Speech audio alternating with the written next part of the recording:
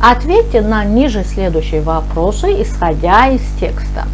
Однажды в парке я увидел, как мальчик упал с велосипеда. Он поцарапал руку и заплакал. Bir dəfə parkda mən bir oğlanın velosipeddən necə yıxıldığını gördüm. O əlini cızdı və ağladı. К нему сразу подбежала женщина. Onun yanına dərhal bir qadın gəldi.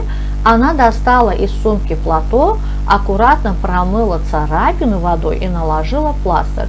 O cəld çantasından yaylıq çıxartdı, cizilmiş əli ehtiyatla yudu və plastır qoydu.